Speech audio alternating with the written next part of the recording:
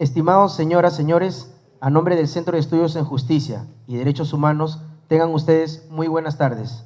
La conferencia que tendremos el día de hoy titula Gestión de conflictos de interés en el ámbito de la ética pública. Y quien nos acompañará en la disertación el día de hoy es el doctor Eloy Munive Pariona. Muy buenas tardes a todos. Estamos muy contentos esta tarde porque iniciamos el martes jurídico con un tema sustancial que consideramos para nosotros es un tema transversal a todos nuestros programas y escuelas de capacitación, que es el tema de la ética pública. Estamos comprometidos con desarrollar una conciencia práctica de la ética, la moral a nivel nacional. En ese sentido, hoy en cooperación también con la Oficina de Integridad del Ministerio de Justicia, estamos dando este martes inicio a este ciclo de conferencias sobre estos temas tan importantes para el desarrollo del espíritu humano, el desarrollo de una sociedad más civilizada, de una democracia más atractiva en términos de ética y construir ciudadanos cada vez más valiosos desde el punto de vista de la ética pública. Las sociedades se diferencian de unas a otras por el valor que tienen en cuanto a sus principios, en cuanto a sus valores y en cuanto a la práctica sobre ellos. Por eso que nos distinguimos y somos atractivos o somos valiosos en términos comparados, ¿no? Las comunidades que tienen, ¿no?, mayor stock moral en sus comunidades, ¿no? Y hoy tenemos la presencia de nuestro invitado, el doctor Munive, politólogo, que va a disertar y nos va a hacer comprender un poco más, ¿no?, dentro del marco de la ética pública, ¿no?, cómo fluyen, ¿no?, los diferentes conflictos de interés o de intereses que hay dentro de un espacio público, dentro de muchos espacios públicos también.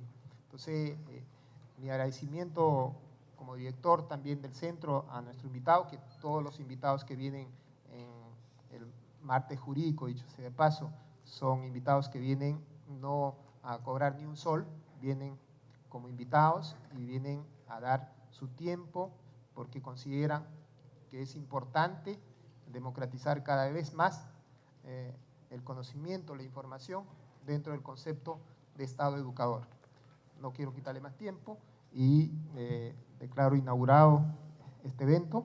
Muchas gracias a todos.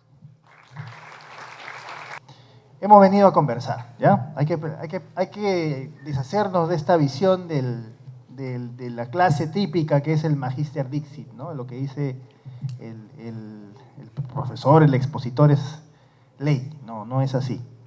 Sino básicamente todos estos esfuerzos de desarrollo de capacidades parten de la premisa del intercambio de información, de la interacción entre el público y el que parte una exposición. Es muy importante que ustedes puedan participar, así que por favor, si en algún momento alguien tiene algo que mencionar, levante la mano. Con todo gusto les vamos a dar el uso de la palabra y vamos a escuchar con mucho interés lo que tengan que comentarnos.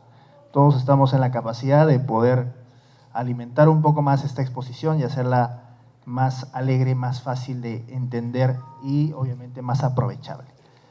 Obviamente yo todos los veo con cara de preocupación porque bueno, vamos a tocar un tema que es uno de los principales problemas del país, ¿no? La corrupción, ¿no? Dentro de lo que es la corrupción, bueno, vamos a tocar específicamente lo que es conflicto de intereses. Mañana me adelanté, ¿no? Les iba a preguntar a ustedes, ¿creen que el conflicto de intereses está vinculado a corrupción? Desde un punto de vista eminentemente legal, donde solamente vemos tipos penales en el Código Penal, pues obviamente no aparece el tipo penal de conflicto de intereses. Pero la corrupción no está vinculado solamente a tipos penales, sino está vinculado a ciertos comportamientos que de alguna forma hacen un uso indebido del poder, ¿no? Entonces, la parte de conflicto de interés es una parte fundamental.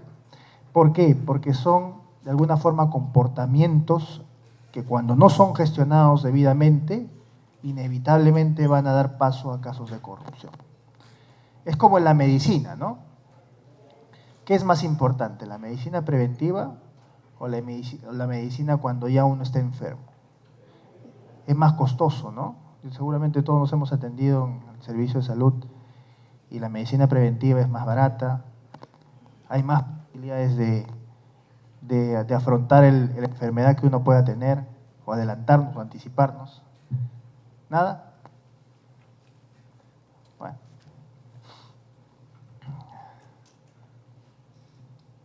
Nada, ¿no? Ya, pero funciona. Ya. No se va a mostrar mi nombre, así que no hay problema. Ya me conocen. Listo. Voy a empezar con esta frase, ¿ya? Vamos a entrar en materia. En primer lugar, ¿cuál es el costo real de la corrupción? ¿Ya?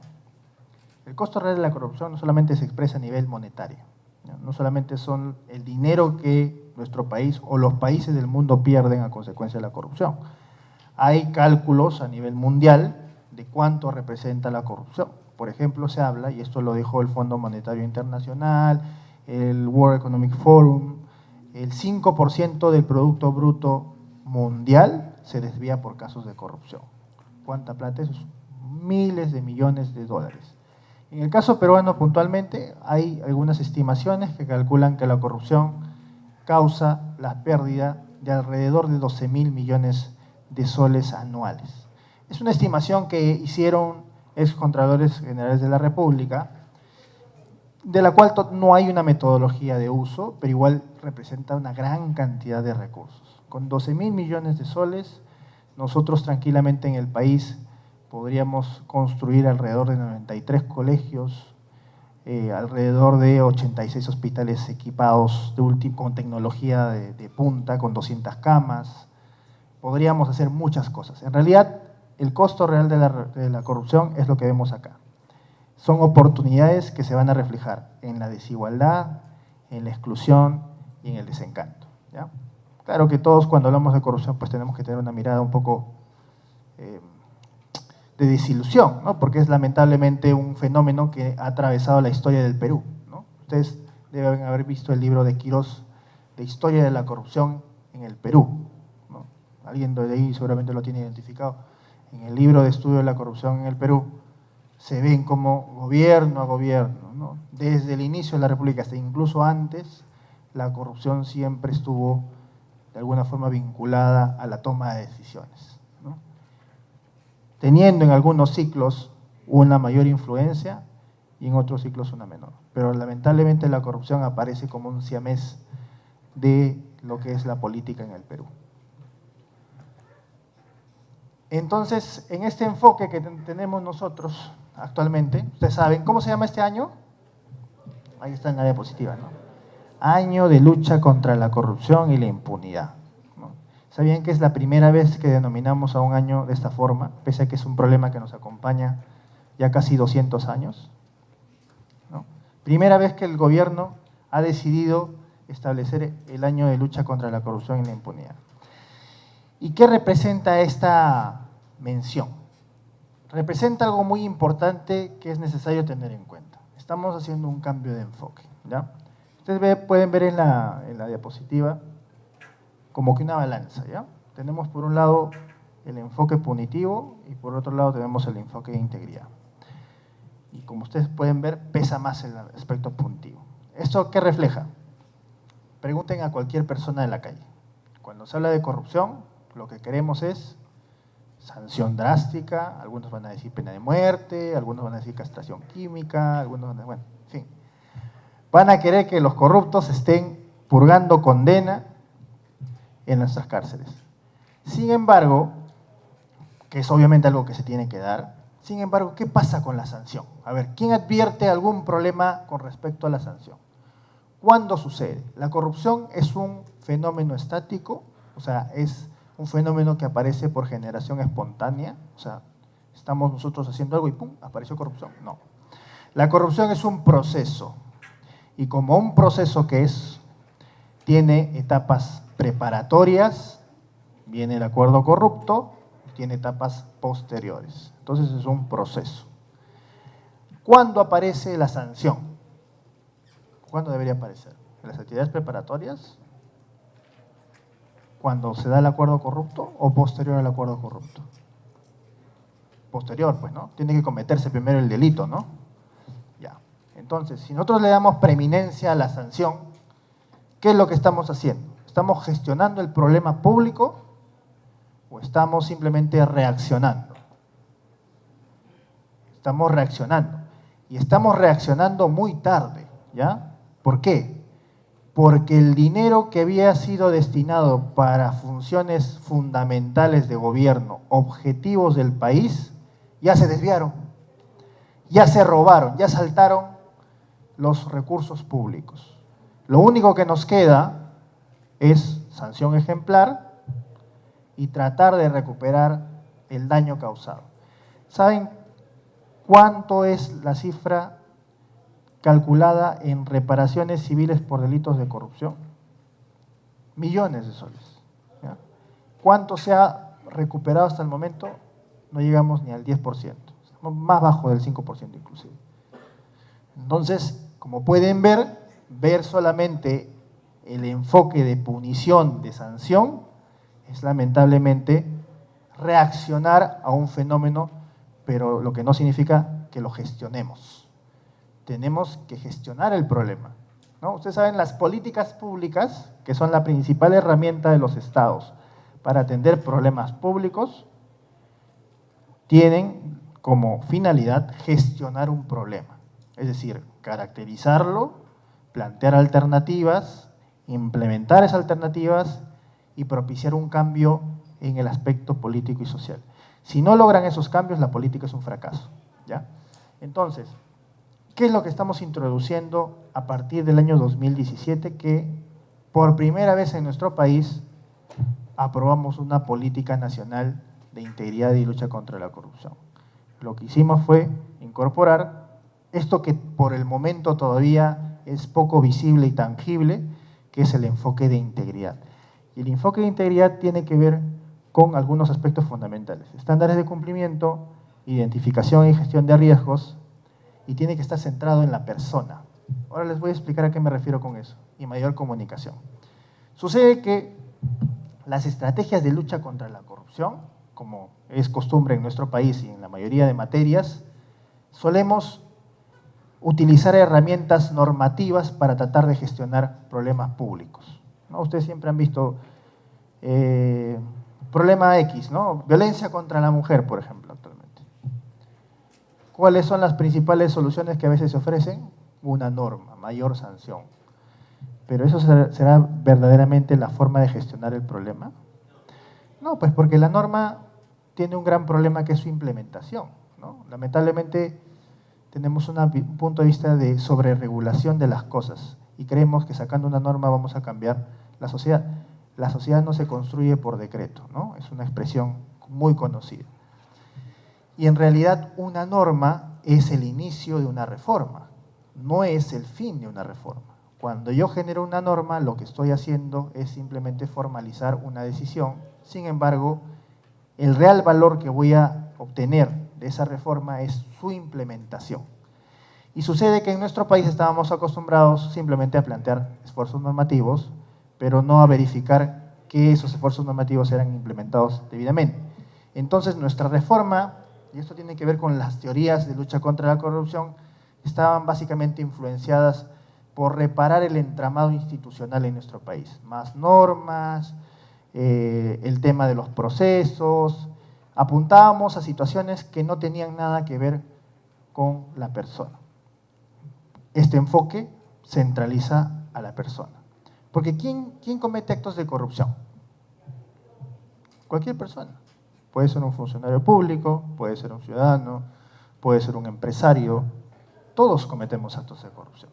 Y los delitos de corrupción, además, no son delitos pasionales. No es que hoy día amanecí de mal humor y dije, voy a cometer un acto de corrupción. No, son delitos racionales. Yo hago un análisis costo-beneficio en función de, obviamente, tal vez los beneficios que voy a obtener sobre, obviamente, tal vez los perjuicios que me podría provocar, ¿no? Hago un cálculo de cuánto tiempo me iré a la cárcel y cuánto dinero podría esconder para darme la gran vida después, ¿no? Entonces, este nuevo enfoque es muy importante y es un enfoque que le pertenece a cada persona. Es un cambio de mentalidad antes que un cambio normativo. Y eso vamos a apuntar. ¿Ya? Entonces, el enfoque de integridad tiene principalmente su foco de atención en algo que le hemos perdido o lo hemos sacado de nuestro radar, la confianza. El centro de la integridad es la confianza. Algo que conocemos la definición de confianza, pero que en la práctica ya casi ni existe en nuestra sociedad. ¿Alguno de ustedes conoce a su vecino? Pocos, ¿no? ¿Alguno de ustedes estaría dispuesto a encargarle su casa a su vecino? Nadie, ¿no? ¿Alguno de ustedes confía ciegamente en su alcalde? Nuestra sociedad está plagada de desconfianza. Vamos a ver dos lados.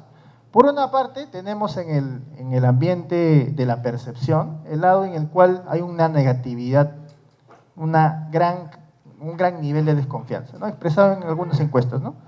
Por ejemplo, la encuesta de Proética del 2017 dice que 41% de encuestados señalan que no se puede confiar en nadie. ¿Para qué? Todos son corruptos, no confiamos en nadie. 51% dice es necesario incrementar las penas y las sanciones. Sancionemos nomás, ya no queda otra cosa. Siempre va a haber corrupción, lo único que tenemos que hacer es sancionar cuando se cometa. Si se nos escapa por ahí alguno, bueno, pues qué pena. 79%, la corrupción aumentó en el último año. 62%, la corrupción de funcionarios y autoridades sigue siendo el principal problema del Estado. Esto es fuente Proética. En la encuesta nacional de hogares del INEI, que es una encuesta que se toma a los jefes de familia a nivel nacional, se ve, por ejemplo, que es el 50% que considera que la corrupción es el principal problema. ¿Qué más? Tengo menos confianza en el Estado, 44%. 86%, la corrupción perjudica mi vida cotidiana. ¿El otro lado cuál es? El otro lado vemos, ¿no? He percibido expresiones de dudas sobre mi idoneidad ética referida al trabajo, la parte del ámbito público, ¿no? El funcionario público que no sabe en verdad qué hacer porque hay un cuestionamiento directo a su labor. No basta con mi intuición personal para actuar éticamente, necesito capacitarme. Las denuncias de corrupción y los cuestionamientos de integridad de algunos funcionarios obviamente perjudican mi reputación. 51%. Actuar eficientemente en el trabajo es más sencillo si mis colegas también lo hacen. Ustedes, claro, son muy jóvenes la mayoría, pero antes, cuando un funcionario público asistía a una actividad pública, se le anunciaba, ¿no? Tenemos la gran dicha de que el funcionario público nos honra con su presencia en esta actividad protocolar. Aplausos, aplausos. Ahora, ¿cómo es? Le pregunta a un niño qué hace su papá y su papá es funcionario público, el niño no lo dice por temor al bullying, ¿no? ¿Por qué? Porque asocian la idea de funcionario público ¿a qué? ¿A qué asocian la idea de funcionario público? Corrupto, ¿qué más? Ineficiente, ¿qué más? Ocioso, ¿no?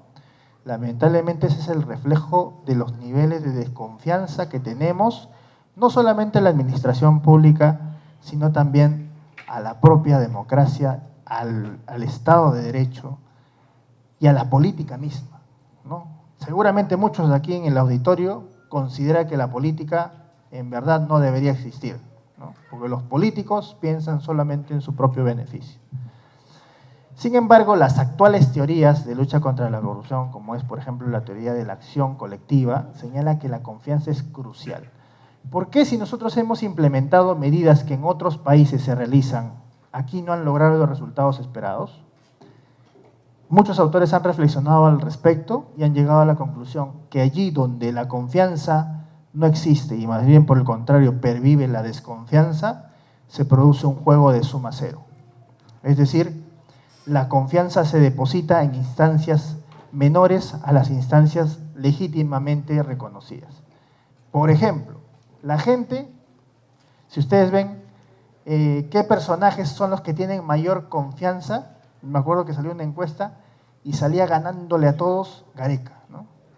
O sea, tú le depositas tu confianza al entrenador de la selección nacional, o le depositas tu confianza a tu equipo de fútbol, o le depositas tu confianza a tu iglesia, ¿no? Pero no confías en la política.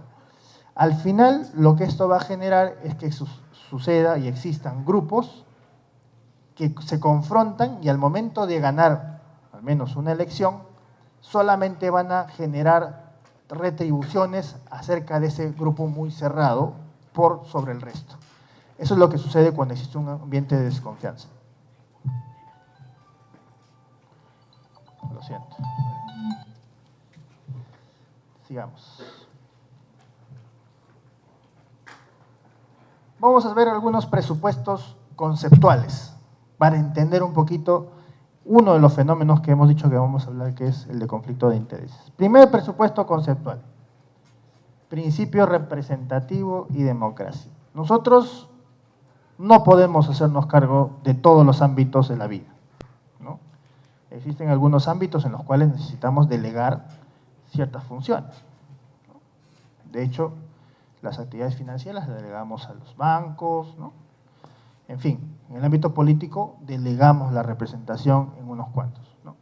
La democracia, como ustedes saben, es el reflejo de dos aspectos. Por un lado, el Estado representativo y el Estado de Derecho.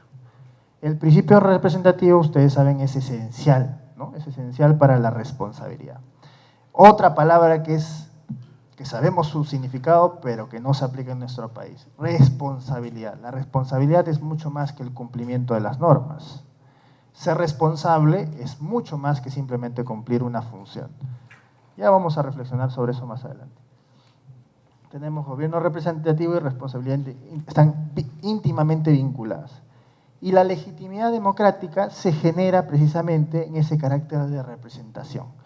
Cuando yo veo que mi gobierno me representa, es decir, que mi gobierno está atendiendo mis demandas, ese gobierno lo considero como legítimo. ¿Alguno de ustedes ha visto las encuestas de confianza en las entidades públicas? La encuesta nacional de hogares, el Latinobarómetro, hay varias encuestas que mencionan la confianza en las entidades públicas. ¿Cuáles son las entidades públicas con mayor desconfianza? Está fácil, ¿ah? Fácil de responder. ¿Quiénes creen?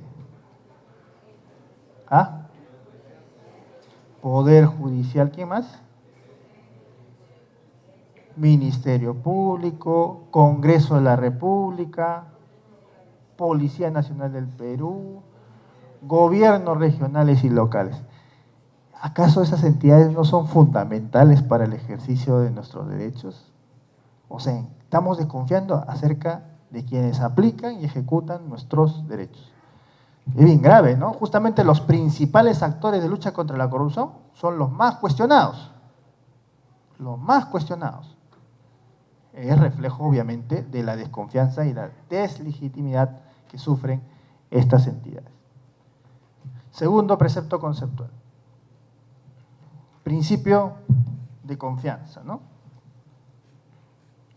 Principio representativo y lo que es la confianza. Aquí básicamente lo que tenemos que tener en cuenta es que los ciudadanos eligen a unos representantes no para que calienten un asiento o una curul por 5 años, sino se elige para que ellos puedan decidir por nosotros y tomen las mejores decisiones. Al menos eso esperamos todos, ¿no?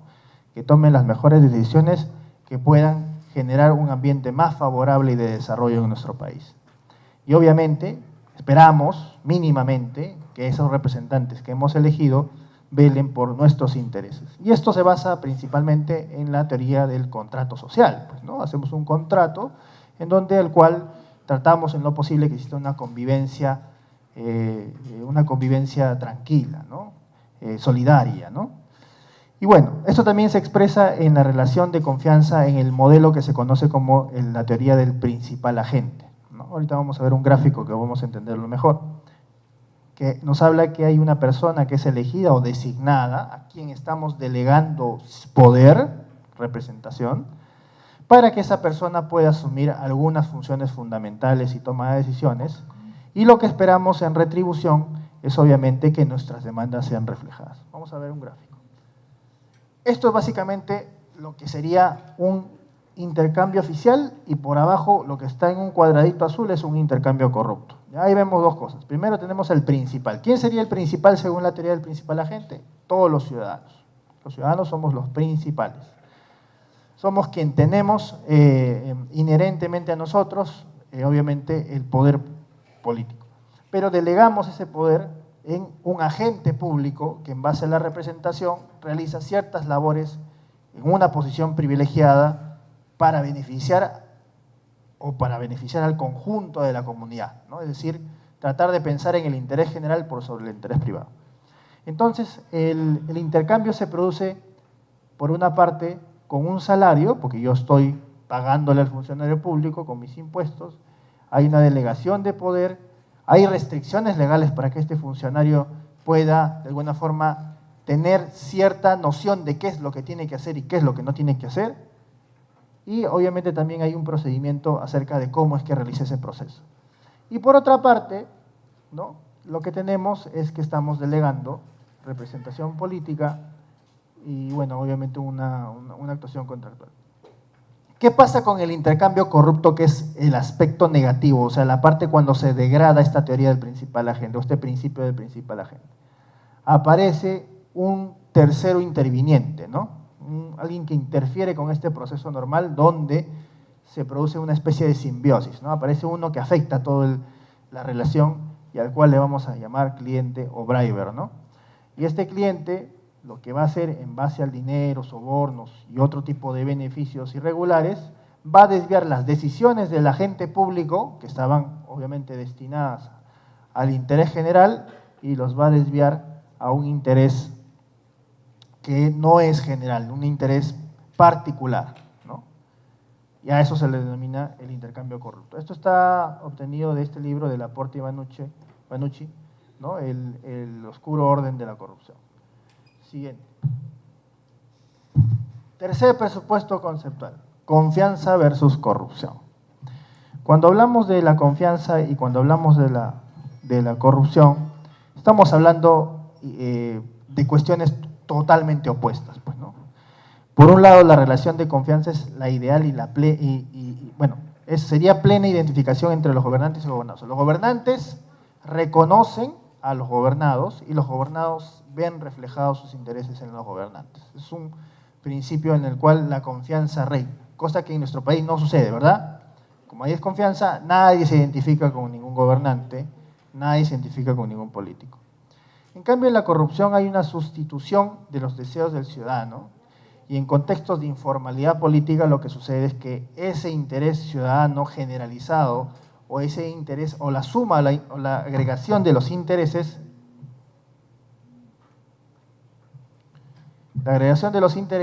es reemplazado por intereses concretos de ciertas personas o de ciertos grupos minoritarios. Entonces, la corrupción se ha intentado controlar con medidas clasificables en 4 grupos. Por ejemplo, check and balance, que es los contrapesos, el control en la administración pública, el control judicial, la transparencia y responsabilidad de los gobernantes, en fin, entre otras medidas. Cuarto precepto conceptual. El cuarto precepto conceptual es el principio de la responsabilidad y el principio representativo. Como habíamos dicho, la legitimidad tiene que ver con esa identificación entre el gobernado con el gobernante, ¿no? Entonces tenemos la legitimidad de los órganos públicos, va a estar vinculado directamente a esa obligación de que nuestros representantes respondan a los intereses del electorado. Y hay una red de responsabilidades, ¿no? Y esa red tiene que ver con algo que se denomina responsabilidad política, que ahora vamos a ver también por agentes políticos. Y también hay una responsabilidad jurídica, ¿no? La responsabilidad jurídica tiene que ver con el cumplimiento de las normas, la responsabilidad política no, tiene que ver con la relación de el respeto de las demandas y los intereses de la población. Bueno, acá tenemos a un gran filósofo conocido a nivel mundial, Fernando Savater, escritor también, y él nos comenta 2 cosas. En primer lugar, lo que tenemos que decir es que el ejercicio de la función pública exige una delimitación clara, no sé si acá hay algún funcionario público, pero en la función pública lo que debemos exigir siempre de nuestros funcionarios públicos es una delimitación clara entre los diversos fines que una persona puede perseguir. Sería ilógico pensar que el funcionario público es siempre objetivo y es eminentemente predispuesto a la voluntad popular. Hay situaciones en las cuales se pone en tela de juicio esa objetividad, porque obviamente somos humanos y tenemos otro tipo de intereses. Entonces, hay fines privados, aquellos fines que como yo como persona natural tengo, que son personales o de grupos a los que pertenezco, temas económicos, familiares, amicales. Hay fines, en algunos casos, de partido o de agrupación política. Hay gente que es políticamente activa, que tiene algún tipo de filiación. Hay fines del Estado que tienen que ver con la colectividad, que se denominan de interés público y a los cuales principalmente el funcionario público tiene que responder. Entonces, ¿qué nos dice Fernando Savater al respecto de este tema? Los tres intereses son legítimos. Los tres intereses son igual de importantes. Sin embargo, lo son mientras no se mezclen. Cuando estos intereses se mezclan entre sí, estamos generando un ambiente totalmente inadecuado para la función pública.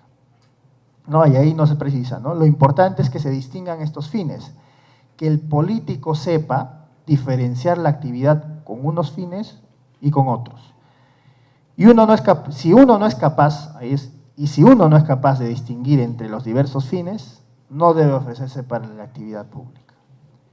Ustedes saben que para ser funcionario público, el funcionario público, además de tener obviamente los requisitos para hacerlo, que tienen que ver con obviamente estudios, conocimientos, experiencia, tiene que también tener don de servicio, es básico para la función pública, pero también debe estar preparado para poder diferenciar aquellos aspectos que trascienden el ámbito personal y que pueden afectar inevitablemente su actuación. Además, el funcionario público sabe que si entra este tema, pues no se va a enriquecer. La función pública no es para hacerse millonario, la función pública es para servir a la ciudadanía, ¿no? Es un concepto que tal vez cada vez menos vemos en nuestra realidad. Antes era tal vez más latente, ¿no? Había una noción de don de servicio, pero ahora tal vez no tanto. Entonces vamos a pasar de lleno ya al tema de conflicto de interés. ¿Qué es un conflicto de interés hasta aquí? Tal vez más fácil de entender esta expresión es darle vuelta, ¿no? Si le damos vuelta a conflicto de interés, estamos hablando de intereses en conflicto, ¿ya? Es una forma más rápida de entender. Un conflicto de interés es cualquier situación, no vamos acá a ponderar una situación grave, menos grave, no. Cualquier situación en que un interés interfiere o puede interferir en la capacidad de una persona, organización o institución. Los conflictos de intereses no son solamente en el ámbito público, los conflictos de intereses se dan en todo ámbito. En el ámbito privado también se dan conflictos de interés, ¿no? Por ejemplo, un investigador cuando realiza un estudio está recolectando información, está aplicando el método científico en un experimento controlado, todo está yendo bien de acuerdo a la hipótesis que se ha planteado, está consiguiendo los resultados y en eso sale un dato que le arruina completamente el estudio. No se comprueba la hipótesis y el investigador dice, oye, pero este es un dato de 1000 que he revisado, puedo obviarlo, ¿no? ¿Por qué? Porque si considero este dato, que es uno de 1000, sencillamente pues no se comprueba mi hipótesis. Ahí también hay un conflicto de interés. O también, por ejemplo, una empresa farmacéutica que genera tal vez un medicamento para una enfermedad que todavía no se convierte en epidemia y decide no sacarla, y esperando a que tal vez suceda una situación más complicada para tener la cura y la solución que va a poder vender a mayor valor, ¿no? Eso también es un conflicto de interés. Entonces, obviamente, ¿no? Como hemos dicho acá, es cualquier situación, primer elemento. Segundo elemento surge cuando, en el caso público, en la administración pública, surge cuando un funcionario o empleado de una organización o institución es influenciado por consideraciones ajenas a las que tiene responsabilidad o función, que pueden ser personales, pero también pueden ser institucionales. ¿Qué creen? Eso está bien raro de entender, ¿no? ¿Puede un interés institucional generar un conflicto de intereses en la labor de un funcionario público? Sí. Ejemplo, una entidad o un programa, pongamos un programa especial generado por el gobierno para luchar, por ejemplo, contra la pobreza, y el programa tiene proyectado un incremento presupuestal para el próximo año. Se ha identificado que hay más posibles beneficiarios y por lo tanto necesita más presupuesto, pero ustedes saben que cuando se formula el presupuesto se hace un análisis del presupuesto ejecutado y además de los objetivos que se han cumplido. Y muchas veces, para no poner que no se ha cumplido, se maquillan los datos. Así piensen ustedes que esto es improbable, sucede y sucede muy a menudo. Porque se plantean de manera inadecuada los indicadores, precisamente no son precisos para que cualquier cosa pueda entrar en la justificación de ese indicador y se pueda reflejar una situación muy favorable. Eso es un interés institucional que podrá ser de donde venga bien intencionado, malintencionado, pero afecta la objetividad que el funcionario público debe tener. Entonces, por ello, existe o puede existir conflicto de intereses cuando en el ejercicio de las labores dentro de una organización existe una contraposición entre los intereses propios y los de la institución. Entonces tenemos acá el problema público, el conflicto de intereses, ¿y qué tenemos que hacer? Tenemos que evitarlo. Y para evitarlo tenemos una herramienta que es la transparencia. Ahora vamos a ver algunas ideas. Entonces vamos a definir algunas condiciones para que se produzca un conflicto de interés, ¿ya? Vamos a abordar la problemática desde un punto de vista a nivel de Estado, de país, de política, pero también vamos a analizar la perspectiva desde una cara más humana, desde el funcionario público, ¿ya? Pero primero vamos a describir el fenómeno. 3 condiciones. Primera condición para que suceda un conflicto de interés, tiene que haber un deber funcional que debe ejercerse con imparcialidad y neutralidad. Es decir, todas las actividades en la administración pública deben ejercerse con imparcialidad y neutralidad. Segunda condición, tiene que haber intereses privados, que pueden ser personales, económicos, financieros, amicales, corporativos, concurrentes y que pueden resultar o pueden afectar esa decisión que el funcionario público va a tomar. Y la tercera condición que tiene que aparecer es un aspecto subjetivo de valoración del funcionario público, donde el funcionario público pondera. ¿Qué pondera? ¿Debe primar mi interés personal o debe primar el interés general? ¿Ya? Bueno, acá tenemos ejemplos de conflictos de intereses. Vamos a mencionar así de manera rápida porque después esto lo vamos a abordar con mayor profundidad.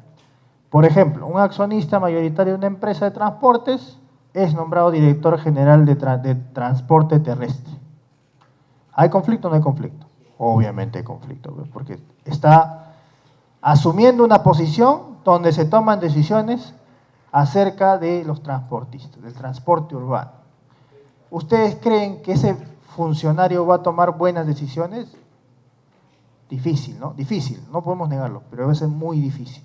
Y va a ser válido el cuestionamiento de los ciudadanos porque obviamente ese funcionario está con muchos riesgos para cometer conflictos de interés. ¿Qué más? Otro ejemplo, un integrante de un comité de adquisiciones va a evaluar las propuestas de 3 empresas en las cuales en una de ellas participa su hermano. ¿Va a ser objetivo ese funcionario? Difícil, ¿no?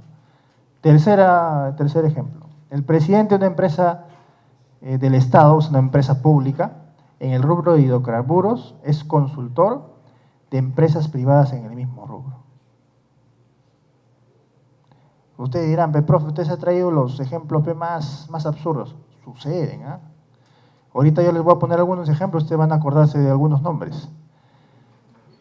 ¿Quién sabe? Hasta digo, oye, eso me pasó, van a decir. Un empleado de la Superintendencia de Banca y Seguros que tiene un cargo de supervisión de sistema, renuncia a su cargo y es nombrado gerente de una empresa supervisada. Uy, eso pasa a diario, ¿ah? Eso se llama el fenómeno del revolving door, las puertas giratorias. Y ahora vamos a verlo ahorita a profundidad. El presidente del comité que otorga una concesión en proinversión es consultor de las empresas prostoras en el proceso. Un inspector laboral supervisa personas o hechos respecto de los cuales podría tener algún interés directo o indirecto, en cuyo resultado podría favorecer positivo o negativamente, como si fiscalizara el cumplimiento de las obligaciones laborales de su propio empleador.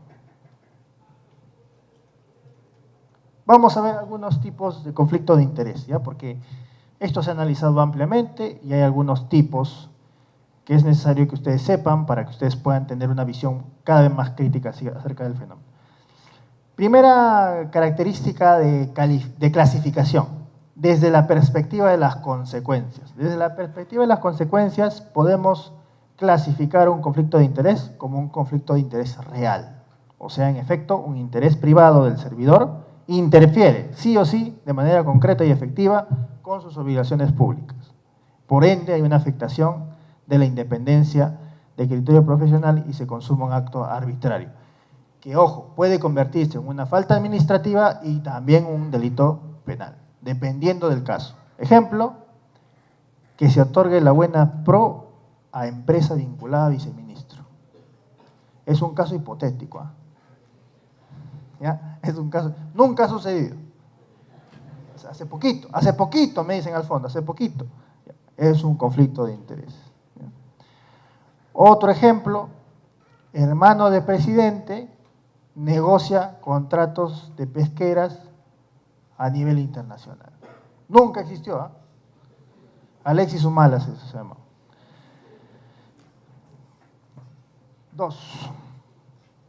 Otro tipo de conflicto de interés, desde la perspectiva de las consecuencias, es el potencial. Ojo, el anterior era el real. Si hay un interés que interfiere en el trabajo que realiza el funcionario. En el potencial no se da esa situación. Voy a leer la parte de abajo. Riesgo. Apariencia de un conflicto real. Se aparenta que es un conflicto, pero no lo es. No hay desvío de poder. No hay conflicto real. Sin embargo, las circunstancias y la posición de poder del servidor público generan duda razonable en la ciudadanía y en la opinión pública. O sea, ¿generan qué? Desconfianza, pues. ¿Ya? Se da cuando quien asume una función pública tiene un interés privado potencial que podría configurar en algún momento un conflicto. Bien difícil, ¿no? Asumir una posición y tener que tomar decisiones cuando la gente no te cree absolutamente nada, ¿no? Y ha sucedido, ¿eh? Claro, tal vez no se configura de esta forma, pero acuérdense ustedes del ex contralor general Edgar Alarcón. ¿Se acuerdan? No había todavía en el momento de su cuestionamiento un conflicto real, pero sí había un potencial, ¿no? Cierto favorecimiento, no sé. O el fiscal anterior, ¿no? El fiscal de la nación, ¿no? Chávez, ¿no? O sea, ya, pues, imagínense, todos le decían, ya salte, pues, no salía, seguía que quedaba en su puesto. Ejemplo, jefe de laboratorio en un hospital público es dueño de 7 laboratorios privados que brindan servicio a entidades públicas, pero no al hospital donde dicho jefe trabaja. ¿Ustedes confiarían en una persona de este tipo, o sea, un jefe de laboratorio en un hospital que además tiene actividad empresarial sobre precisamente laboratorios? Difícil, ¿no? ¿Por qué? Porque nuestra imaginación es perspicaz, ¿no? Podría canjear, ¿no? O sea, oye, tu hospital contrata a mi empresa y yo contrato a tu empresa. No se configuró ningún delito. No voy a confiar, pues. Siguiente. Otro tipo de conflicto de interés, desde la perspectiva temporal, del tiempo. Existen conflictos de intereses que son preexistentes a la función pública. Antes de asumir una función pública, existen algunos vínculos que podrían generar conflicto de intereses. Ejemplo, tiene que ver con vínculos previos de quien ingresa o postula al servicio. Puede determinar la incompatibilidad de ejercer la función pública. Ejemplo, congresista vinculado a empresa asume participación en comisión de producción en el Congreso. Acá me comí una palabra. Es congresista vinculado a empresa pesquera, faltó ya, empresa pesquera, asume participación en comisión de producción. Es un ejemplo hipotético, ¿eh? No tiene nombre ni apellido. Otro ejemplo, consultora de una empresa que es regulada o supervisada por la entidad en la que posteriormente entra a trabajar dicha asesora consultora.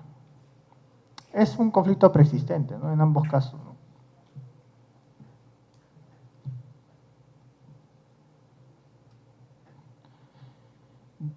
Segundo tipo de conflicto de intereses según la perspectiva temporal, concurrentes a la función. Es decir, no viene de un interés ya anterior a la función pública, sino devienen del trabajo que se realiza. Se refiere a intereses privados que confluyen o convergen con la situación o la función pública que se ejerce simultáneamente. Ejemplo, un funcionario que debe resolver una petición administrativa de una empresa en la que su cónyuge tiene participación. Difícil que sea objetivo, ¿no? Si su esposa trabaja en esa empresa. ¿Se acuerdan el caso de la hermana de un ex primer ministro que trabajaba justamente en un consorcio? ¿Se acuerdan?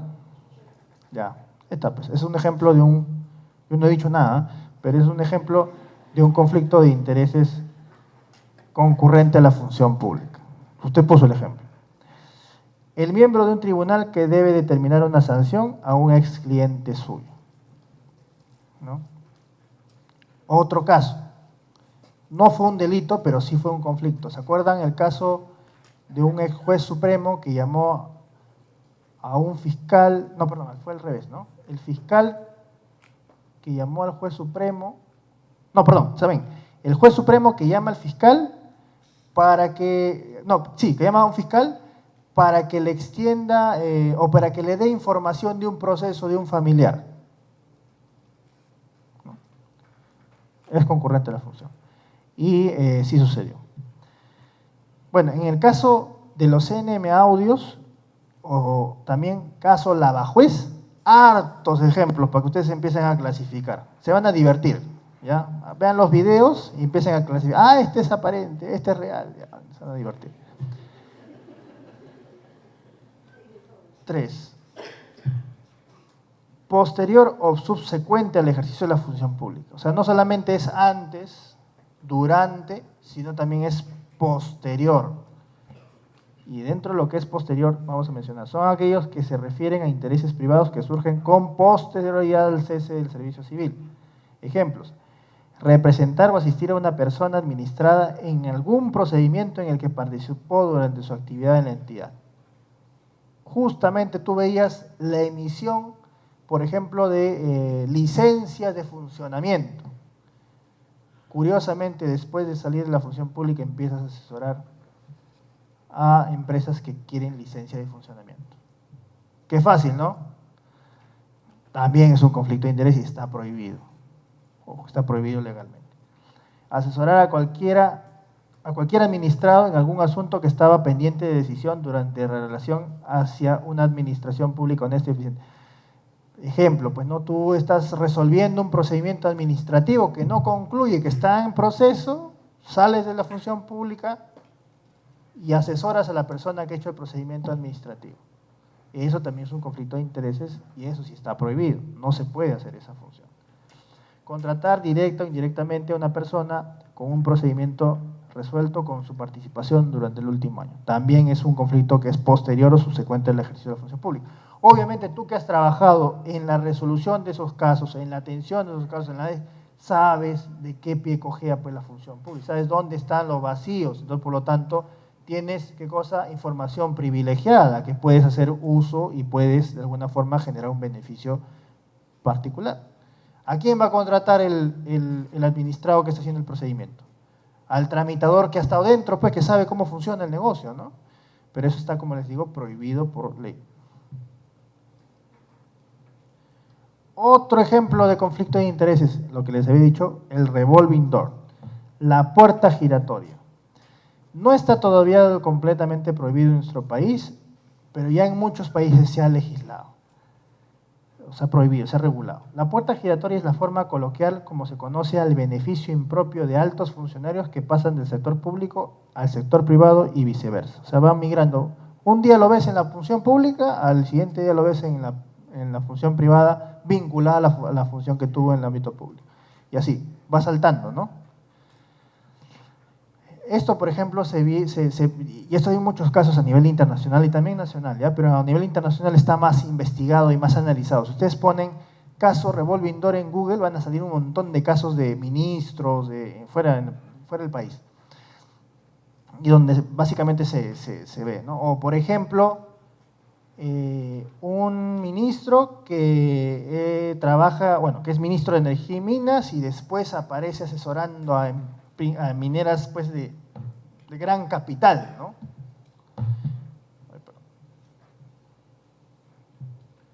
Entonces el revolving door puede darse del ámbito público al privado, como también del privado al público.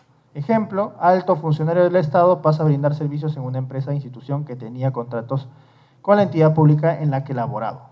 Eso en muchos casos, ¿ah? Gente que ha trabajado en el Estado, en el área precisamente de abastecimiento, de logística, de contrataciones, y después se convierte ¿en qué? Se convierte en postor.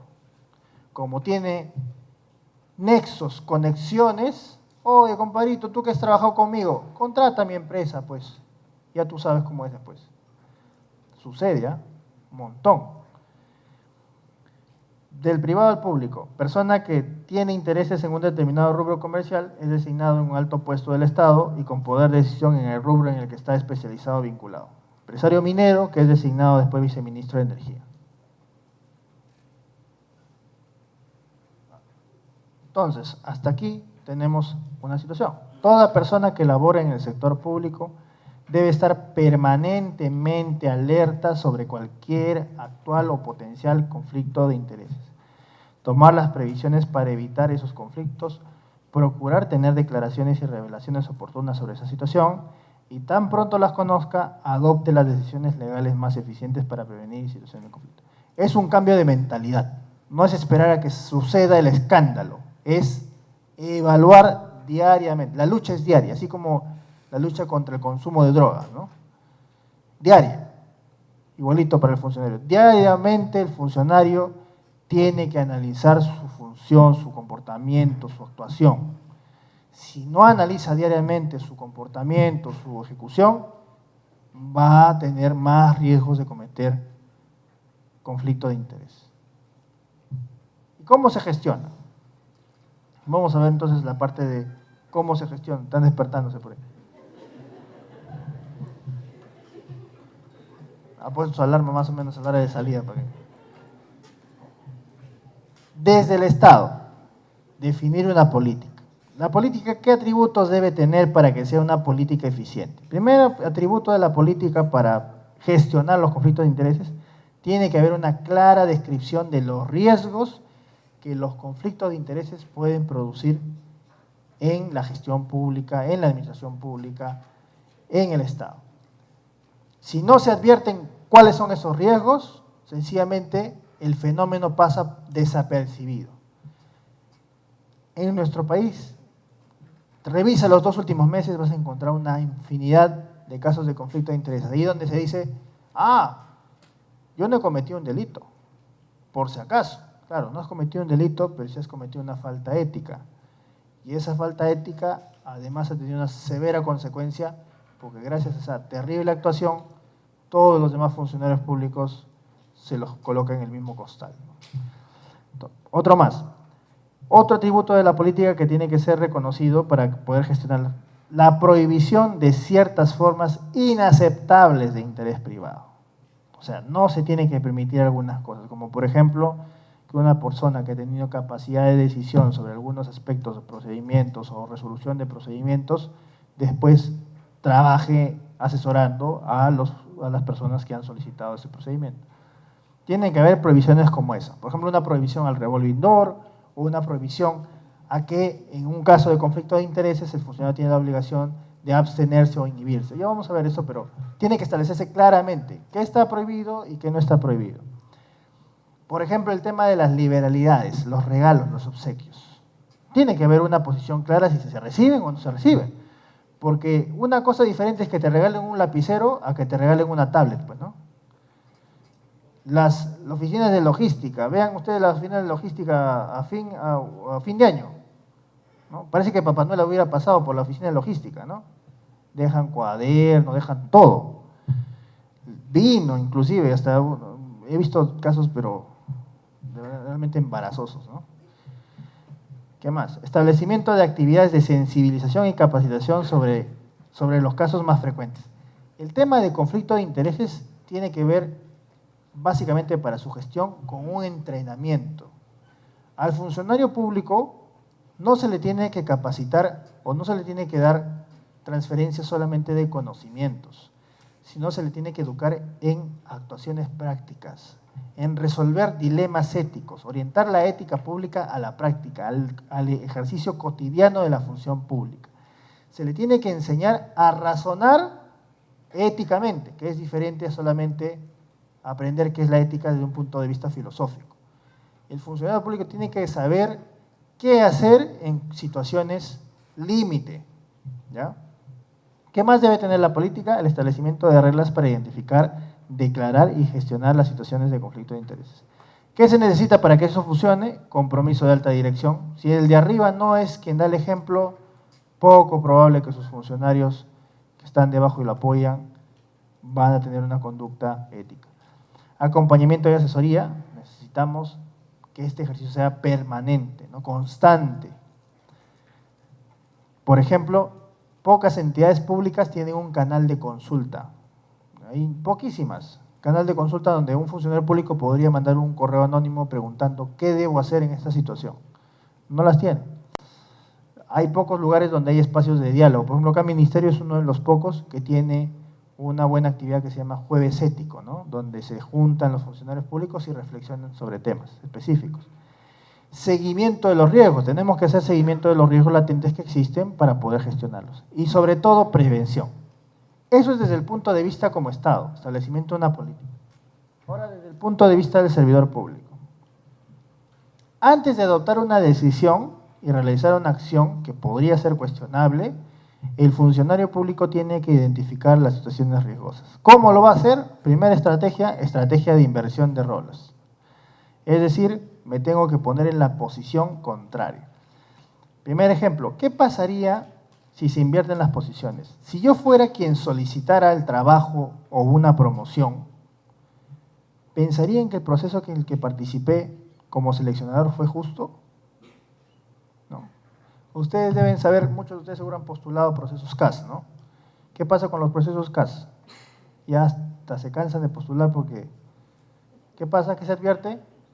Perfilados, ¿no? Así se les denomina, ¿no? En el argot público, ¿no? Ya no, está perfilado, está a dedo, ¿no? Está diseñado especial para que alguien entre, ¿no?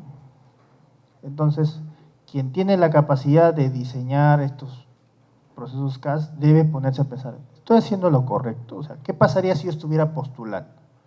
¿Estoy contribuyendo al país? Otro, ¿puedo yo, un familiar, una amistad o un asociado ganar financieramente a causa de la decisión o acción que debo adoptar en nombre de la organización? Es intercambiar el rol, ¿no? Obviamente esto va a funcionar en aquellos casos donde el funcionario público tiene duda, ¿ya? Porque si acá el funcionario público está convencido en que va a cometer un acto de corrupción, estas preguntas pues son absurdas, ¿no? Obviamente no, el corrupto no se va a preguntar, pues, ¿qué pasaría si yo cometo un acto de corrupción? No, pues ya yo quiero hacer un acto de corrupción, así punto. Imagínense a Montesinos pensando, ¿no? Voy a aplicar la estrategia de inversión de roles. A ver, ¿qué pasaría si yo genero un grupo de la muerte, un escuadrón de muerte y mato a políticos, en fin? No, pues eso no funciona ahí. Funciona en los casos donde el funcionario público no sabe si lo que va a hacer efectivamente es bueno o es malo, o es consecuente con el interés público, mejor dicho, o hay un interés particular que puede ser de alguna forma identificado. Voy a dejar la diapositiva para que todos lo vean. Desde los servidores públicos, la gestión del conflicto. ¿Cómo se gestiona? Una vez que ya he identificado los riesgos, me quedan algunas posibles acciones. Primera acción, el abandono del interés interfiriente. Es decir, yo, funcionario público, que veo que efectivamente, por ejemplo, una decisión que puedo adoptar podría beneficiarme porque tal vez es sobre un ámbito empresarial que yo tengo, lo que podría hacer es, acá me he equivocado, pero ahorita les digo, lo que podría hacer es abandonar el interés, no es personal, ya es temporal, me he equivocado ahí, temporal o permanente. puedo abandonar el interés temporalmente o puedo abandonar el interés permanentemente. Ejemplo, si yo soy, por ejemplo, presidente de una organización, de una ONG, y precisamente yo trabajo en una oficina que tiene que ver con el trabajo sobre esa ONG, o que le otorga el permiso para poder hacer un programa, un proyecto internacional, de financiamiento internacional, por ejemplo APSI, no sé, ya trabajo en APSI, pero a la vez yo soy presidente de una ONG. ¿Qué tendría que hacer? Renunciar a mi puesto de presidente de la ONG o de director en la ONG, porque ya estoy asumiendo una posición donde mis decisiones pueden beneficiar. Eso podría ser una forma de abandonar el interés de manera permanente. De manera temporal, en el mundo hay una estrategia que se denomina el fideicomiso ciego. ¿Saben qué es el fideicomiso ciego? Esto aplica, por ejemplo, para los casos en los cuales los presidentes tienen empresas multinacionales. Por ejemplo, en el caso de Chile, ¿no? Sebastián Piñera es dueño ¿de qué? De la TAM, ¿no? Una empresa que tiene actividades internacionales en Latinoamérica y en otras partes del mundo. Obviamente en su labor de presidente podría inexorablemente cometer algún tipo de conflicto de intereses. Entonces lo que él hace, lo que tiene que hacer, porque está obligado a hacerlo, es hacer un fideicomiso ciego, es decir, encargarle a una empresa la administración del bien, y esa empresa no le va a reportar absolutamente ningún estado de cuenta o la administración de este bien por un espacio de tiempo, y recién va a poder saber cuál es la gestión de ese negocio cuando termina su puesto público. Eso ya está, es un modelo que se aplica en varios países de Europa, se aplica en Latinoamérica, en Chile y en Argentina. Macri también tiene que hacer lo mismo. Incluso hay implicaciones hasta ministros, ¿no? En el caso peruano no tenemos esta herramienta. Los ministros pueden tener actividad empresarial. Justamente hace poco el diario Gestión sacó un artículo donde identificó que de todos los ministros había 2 que tenían actividad empresarial. En el caso de uno de ellos, esa empresa no producía ningún tipo de beneficio, o sea, estaba inhabilitada temporalmente, no inhabilitada, sino está suspendida sus funciones. En el otro caso, sí, pero por una menor cuantía. Sin embargo, genera duda, genera cuestionamiento. ¿Ya? Entonces, una de las estrategias para gestionar el conflicto, yo funcionario público que voy a tomar decisiones y que podría tener un serio cuestionamiento, pues primera opción, abandono el interés que interfiere en mi actividad pública. Segunda opción, me inhibo o me abstengo. Es decir, antes que me cuestionen por haber tomado una decisión de la cual, por ejemplo, un familiar va a verse beneficiado, digo no, por si acaso sobre esta actividad tengo intereses. Entonces, mejor yo no tomo posición, toma posición tú. Imaginémonos que tú eres una oficina que atiende a beneficiarios de un programa social y, oh curiosidad, uno de tus familiares, tal vez pues un tío abuelo, un primo de tu papá, es beneficiario potencial. Antes de que tú asumas o tomes la decisión de considerarlo como beneficiario, lo que tendrías que hacer sería mejor inhibirte, ¿no? Pedir que otro tome esa decisión para que esa decisión no se vea afectada. Otra forma de cómo gestionar un conflicto de interés, la transparencia en la toma de decisiones. Ahí el proceso más transparente para evitar cuestionamientos. Caso de este tipo, los procesos CAS. Los procesos de contratación administrativa de servicios son libres, no hay ningún impedimento para que alguna persona se postule. Y de hecho, los propios funcionarios públicos podrían presentarse a un proceso CAS. Sin embargo, seguramente va a haber muchos cuestionamientos de que un funcionario que ya está trabajando en un ministerio postule a un CAS de ese propio ministerio, ¿no? Legalmente no se le puede prohibir su participación, pero lo que sí se tendría que hacer para que no haya un cuestionamiento severo que pueda arruinar la imagen de la entidad es hacer el proceso más transparente de lo que es. Por ejemplo, la prueba que hay diferentes etapas, ¿no? En la evaluación curricular publico los CVs de las personas que han participado para que la gente vea que la decisión que he adoptado está vinculada objetivamente a las cualidades y características profesionales de las personas que concursan. Segunda etapa del concurso, en la evaluación curricular publico las evaluaciones con las calificaciones para que se vea que quien ha pasado la prueba lo ha hecho en función a las respuestas que ha dado en la evaluación técnica. Tercera etapa, en la entrevista, la filmo, pues la grabo la entrevista y la pongo a disposición de cualquier persona que quiera evaluar y ver si en efecto había un favorecimiento o no ha habido un favorecimiento, ¿no? O es una estrategia, no necesariamente siempre tiene que hacer eso. Sucede muy a menudo, ¿ya? Sucede muy a menudo que hay procesos CAS donde, por ejemplo, un trabajador ha participado en ese proceso CAS o un tercero pasado un CAS, ¿no? ¿Ya? Otra de las opciones es renunciar. ¿Por qué? Porque obviamente tal vez es algún interés del cual tú no puedes alejarte, no puedes inhibirte y siempre te va a perseguir. Entonces, lo único que te queda es, como había dicho Sabater, quien no puede diferenciar entre los tipos de intereses no es apto para la función pública. Por lo tanto, mejor, ¿para qué te haces problemas? Renuncia y dedícate al ámbito privado. ¿Qué más?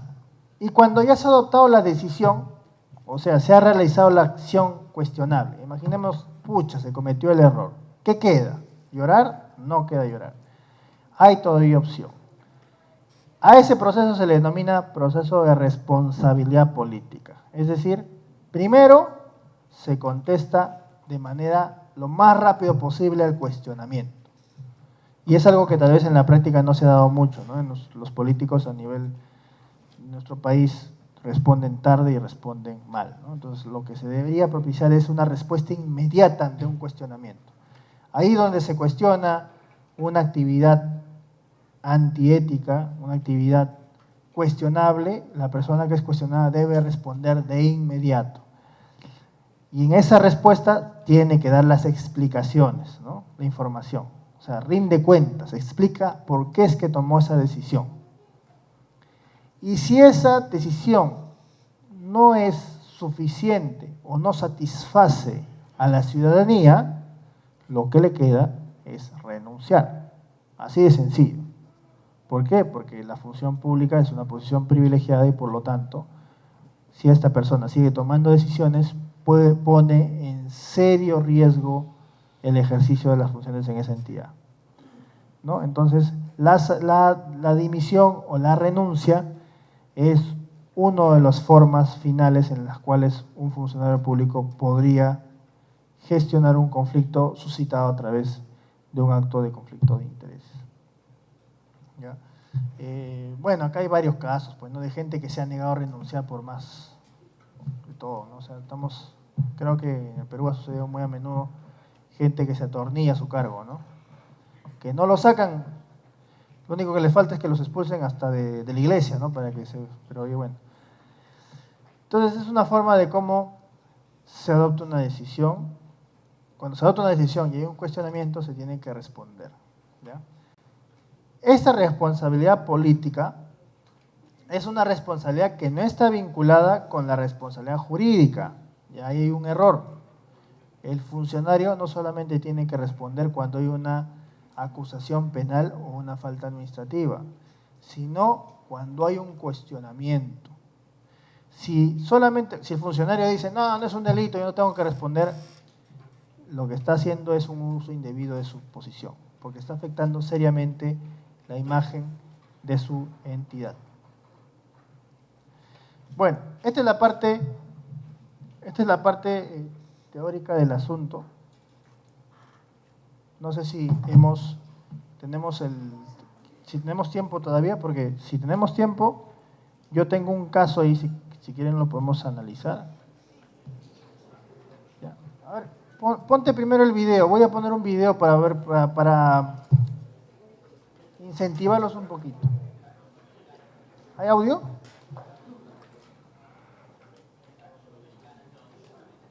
Súbele el volumen primero.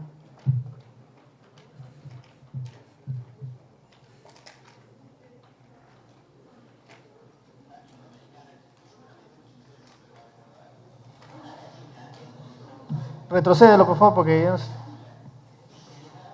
¿Quién es él? ¿Quién es él? ¿José José? No, no es José José.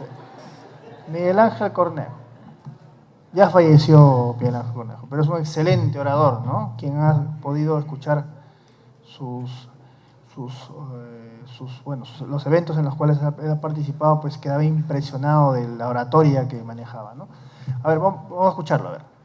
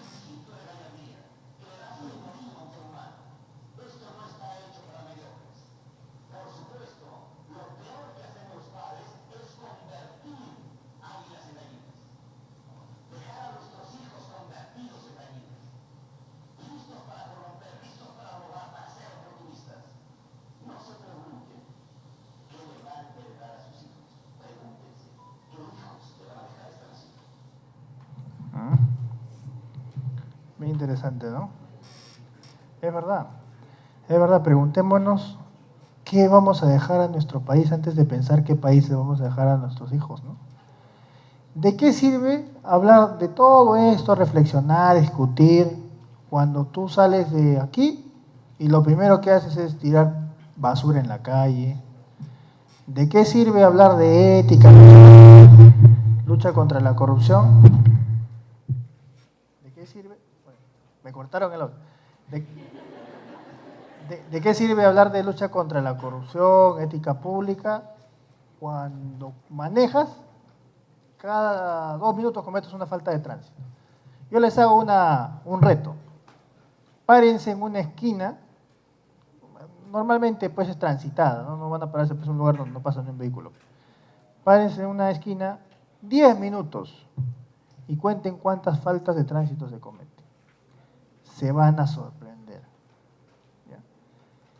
El otro día, cuando yo venía manejando, vi, por ejemplo, a un papá que obligaba a su hijo a cruzar por un lugar donde no debía, por mitad de la pista y donde además había una valla que tenía que treparse. ¿De qué ética, de qué educación vas a hablar si estás enseñando con el ejemplo totalmente lo contrario? El gran cambio que vamos a lograr en nuestro país no está en las normas, no está en los políticos, está en nosotros mismos. Poco probable que logremos cambios si pensamos que vivimos en realidad gobernados por cocodrilos y nosotros somos delfines. No, la política y los representantes son miembros también de la sociedad. Tenemos en verdad que cambiar seriamente la forma en cómo pensamos. Y sí se puede generar el cambio. Por eso les decía al principio, ¿quién de ustedes está dispuesto a confiar su casa a su vecino? Nadie, ¿no? Y bueno, entonces en realidad la disertación de hoy apunta a ello, ¿no? Apunta a recuperar la confianza en las instituciones, apunta a recuperar la confianza en la democracia, en la política, pero principalmente apunta a recuperar la confianza en nosotros mismos. Nosotros, lamentablemente, hemos sido educados pensando que no podemos hacer absolutamente nada para cambiar nuestra situación, cuando sí podemos hacerlo. Hay ejemplos en el mundo peores a los nuestros, en donde en poco tiempo se han revertido los altos índices de corrupción. nosotros tuvimos la suerte hace 2 años de recibir a un expositor de apellido Lam, que participó del gobierno de Hong Kong, una de las principales economías de nuestro país. Y él nos contaba que cuando él asumió esa posición de conducción en Hong Kong, la corrupción era tal que el ciudadano tenía que pagar para acceder a servicios públicos de urgencia y de emergencia. Por ejemplo, para que un bombero, me llegó a tal nivel, que para que un bombero fuera a apagar un incendio, primero tenían que coimearlo para que cumpla con esa función. Imagínense qué situación se encontraba, que para atender una emergencia de vida o muerte había que pagar primero. Eso suele pasar en algunos hospitales de nuestro país, ¿no? Entonces, con la implementación de estrategias y principalmente apuntando no a las normas, no a los políticos, sino a los ciudadanos, hoy Hong Kong es una de las principales economías a nivel mundial. Ejemplo de que sí se puede. Y ejemplo de que si nosotros mismos propiciamos ese cambio en nuestro comportamiento día a día, podemos cambiar nuestra realidad. Bueno, en realidad esto es todo en la presentación. Podríamos ver tal vez un caso, pero yo creo que ya no nos alcanza el tiempo. ¿Sí podemos? Ya, vamos a ver un caso. Yo tengo ahí un análisis que presenté cuando estaba... Ya me quiero ir, dicen acá. Tienen que ir a casa. Si quieren lo vemos, es súper rápido, es un caso... Ya, voy a poner la diapositiva entonces. Ya con eso...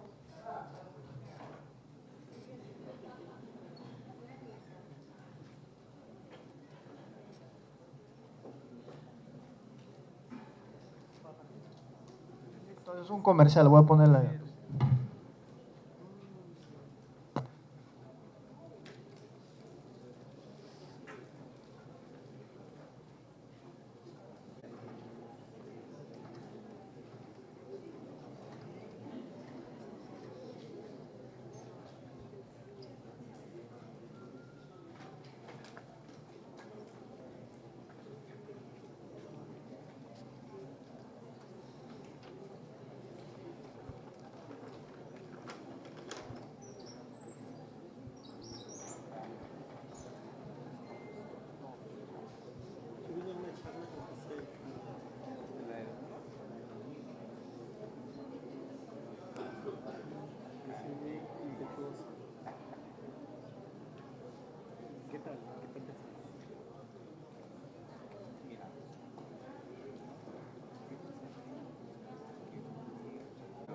Vamos a mostrar rápido, ¿ya? A ver, atención. ¿Puedes pasar, por favor? Ya, el caso es de Omar Chejade, ¿ya? De la imitación espacial, obviamente esto sucedió en nuestro país, ¿no? Caso peruano, anterior gobierno. Ahí está Perú. ¿A quién involucra? Involucra al Poder Ejecutivo y al Poder Legislativo. ¿Cuándo sucedió? Entre el año 2011 y enero de 2012. ¿Quiénes fueron los involucrados? Aquí Omar Chejade, algunas chicas suspiran, congresista de la República, gana Perú, periodo 2011-2015, segundo vicepresidente de la República en el periodo 2011-2012. Por favor, es un análisis académico, ¿ya? Acá si alguien es, o sea, no estamos viendo un lado apasionado de la política, estamos analizándola académicamente, por favor. ¿Ya? Ahí vemos fotos de él rezando, por ejemplo, muy religioso. ¿Quién más participó? Su hermano, Miguel Chejade Moya. Igual ahí vemos posando para la cámara, en carácter de imputado. ¿Quién más? Miguel León Barandarian, abogado conocido. Ahí vemos sus distintas facetas. ¿Quién más? General Raúl Salazar, entonces, bueno, ex jefe de la Dirección Territorial de Lima Norte, cargo que ocupaba antes de los hechos analizados, y posterior a los hechos analizados, fue director general de la Policía Nacional del Perú.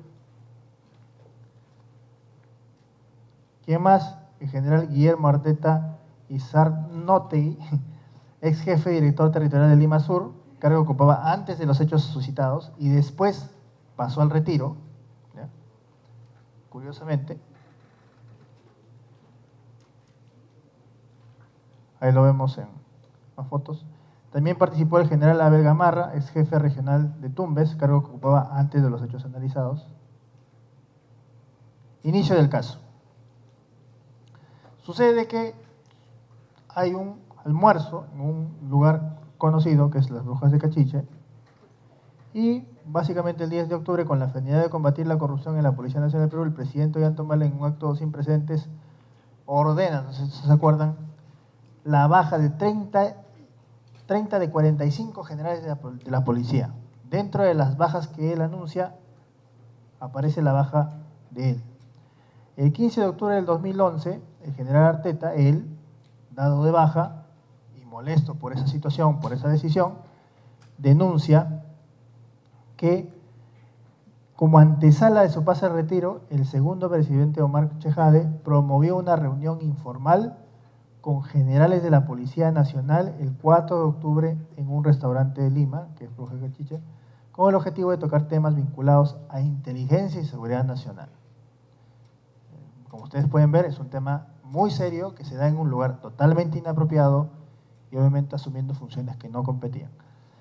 El general Arteta afirmó que además de la extraña invitación para conversar de dichos temas en un lugar inapropiado, en dicha reunión se conversó a iniciativa del presidente acerca de la posibilidad de realizar un desalojo de una empresa, de una aseguradora Andahuasi, en beneficio de un grupo empresarial. ¿Ya? El general precisó además que ante el planteamiento explicó en la reunión que era necesaria una orden judicial y además realizar una exhaustiva planificación para realizar el operativo de desalojo. Y no solo eso, ¿qué más? El general Arteta aseguró además que el día 6 de octubre en el cuartel policial El Potao recibió la extraña visita de los señores Miguel Chejade, Miguel Barandarian, quienes llevaron una resolución judicial sin fecha, sin firma, la cual ordenaba el desalojo de la azucarera. O sea, un proyecto de resolución judicial, ya hecho ya a medida según lo que se había conversado. El general señaló a los visitantes que dicha orden judicial no era suficiente y que además esta debía llegar mediante los canales institucionales ante los cuales los visitantes dejaron las instalaciones policiales, obviamente molestos, ¿no? Todo esto que estamos comentando ha sido comprobado por si acaso, de que no estamos cometiendo ninguna situación. ¿Qué más? Datos relevantes del caso. La reunión, en efecto, fue promovida por el segundo vicepresidente en octubre del 2011. La reunión presuntamente realizada para tratar temas de inteligencia y seguridad nacional en lugar inadecuado y con presencia de 2 personas no vinculadas a dichos fines, es decir, León Barandarian, el abogado, y el hermano del vicepresidente, se conversó como tema principal la realización de operativos de desalojo de una azucarera Andahuasi en favor a un grupo empresarial, visita de Miguel Chejade y Miguel Barandarian al cuartel, además del Potao. Ya son los hechos puntuales. ¿Qué sucedió?